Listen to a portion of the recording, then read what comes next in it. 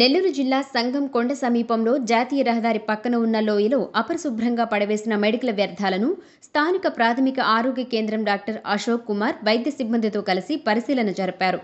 మందులను క్షుణ్ణంగా పరిశీలించి లోయలో పడవేసిన ఈ మెడికల్ వ్యర్థాలు తమ ప్రాథమిక ఆరోగ్య కేంద్రానికి సంబంధించినవి కాదని నిర్ధారించారు.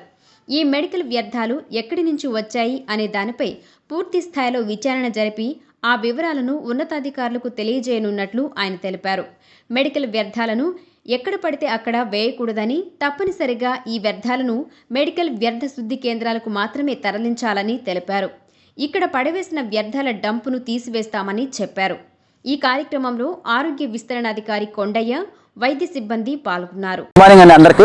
నిన్న సాయంత్రం సంగం మండలం పరిధిలోని కొన్ని డ్రగ్స్ అనేటివి ఈ కొండ ప్రాంతంలో గుర్తు తెలియని వ్యక్తులు కొంతమంది అక్కడ పడవేసి వెళ్ళడం జరిగింది. అదంతా కూడా కథనం అంతా అందరికి మనకు తెలిసిందే. ఈ రోజు మార్నింగ్ మేము పీసీ సంఘం మొత్తం స్టాఫ్ అంతా కూడా ఇక్కడికి వచ్చి తనిఖీ చేయడం జరిగింది. ఆ డ్రగ్స్ అన్ని కూడా కొన్ని ఎక్స్పైరీ డ్రగ్స్ ఉన్నాయి, కొన్ని ఓఆర్ఎస్ ప్యాకెట్స్ అయితే ఉన్నాయి, పాత బెడ్స్ అనేటివి కూడా అందులో ఉన్నాయి అన్నమాట. అవన్నీ ఎవరో వాంటెడ్ గానో కావాలని అట్లా వేసేసి వెళ్ళిపోయినట్లు అనిపిస్తూ ఉంది. అవన్నీ మేము పరిశీలించాము. ఆ డ్రగ్స్ అన్నింటిని కూడా మేము డంప్ చేయడానికి ప్రయత్నిస్తామండి. అన్నీ కూడా మా పై అధికారులు కూడా తెలిపేసి ఇదంతా మాకు క్లియర్ చేయడానికి ప్రయత్నిస్తాము.